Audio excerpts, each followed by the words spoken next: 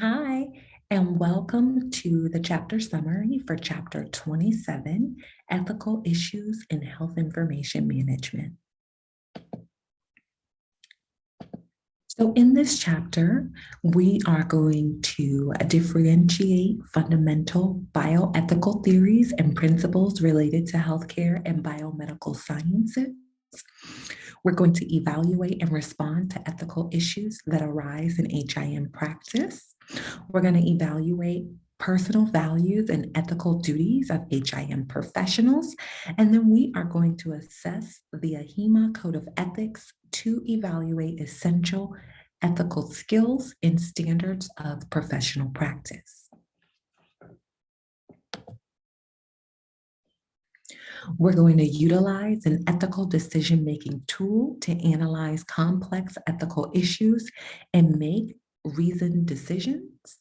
And then lastly, we are going to determine areas of personal and professional bias that inform HIM practice, including the influence of culture and diversity. So HIM professionals are guided by a code of conduct and professional code of ethics. The professional code of ethics are a set of principles regarding business practices and professional behavior. Ethics is the field of study addressing moral principles, theories, and values. Morality and ethics in HIM. Moral values is a system of principle by which one guides their life, usually with regard to right or wrong. Ethical principles help with decision making. Morality defined. So, morality is the general term used to describe norms, duties, manners, or customs that people use to distinguish between right and wrong. A moral dilemma is a situation in which there is a decision to be made, but any choice may violate some other duty or standard because the right thing to do may be hard to choose or unknown. Also, a mistake or an error in judgment that results in harmful effects relative to ethical standards is referred to as an ethical lapse. Moral agent. So, a moral agent is a person responsible for making a decision for themselves or for others. Moral distress is when one feels compelled to act contrary to one's moral requirements. Moral courage is defined as the personal trait of individuals who act upon their ethical values to help others despite personal risk, adversity, and professional isolation. So, ethical theories, principles, sorry, ethical theories, principles, and concepts. So, ethics is the study of morality using the principles, theories, and decision making frameworks of philosophy. The virtue ethics approach considers the character of the moral agent who performs the action. Deontology holds what is right and good in terms of morality is determined by a moral agent's actions and intentions relative to their duties and obligation. According to the utilitarian theory, an act is moral to the extent that it produces happiness, and the morally correct action is that which creates the greatest and most good for the greatest number of people. Autonomy refers to an individual's right to determine what does or does not happen to him or her in terms of healthcare. Beneficence is a term that refers to the moral obligation of promoting good for or providing services that benefit others. Whereas beneficence requires us to promote good, prevent harm, remove harm, non-maleficence requires us to refrain from actions that cause harm and refrain from inflicting harm. The principle of justice refers to the fair and equitable treatment of persons considering what is owed to them. Ethical foundations of HIM. So the ethical foundations of HIM considers the protection of privacy, maintenance of confidentiality, and assurance of data security. It includes the professional code of ethics, professional values and obligations, ethical decision-making, and a breach of healthcare ethics.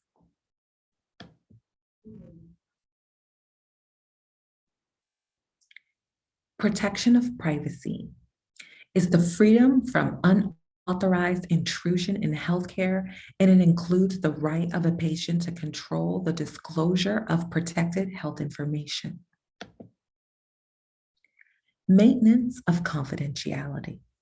Confidentiality is a legal and ethical concept that requires healthcare providers to protect health records and other personal and private information from unauthorized use or disclosure. Security. Security controls access and protects information from accidental or intentional disclosure to unauthorized persons and from unauthorized alteration, destruction, or loss. So the AHIMA Code of Ethics refers to the ethical obligations of health information management professionals, including the safeguarding of privacy and security of health information, appropriate disclosure of health information, development, use, and maintenance of health information systems and health information, and assuring the accessibility and integrity of health information. I encourage everyone to go on the AHIMA's website and review the Code of Ethics at least once a year, or at least at the start of each year, to ensure that any updates or changes hasn't been made. Professional values and obligations are also outlined in this chapter. Professional values and obligations in terms of respect, excellence, leadership, and integrity. So when we talk about ethical decision-making, we have to consider, what is the moral dilemma?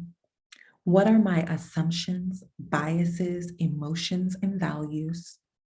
What are the facts? What are the stakeholder values? What are the options?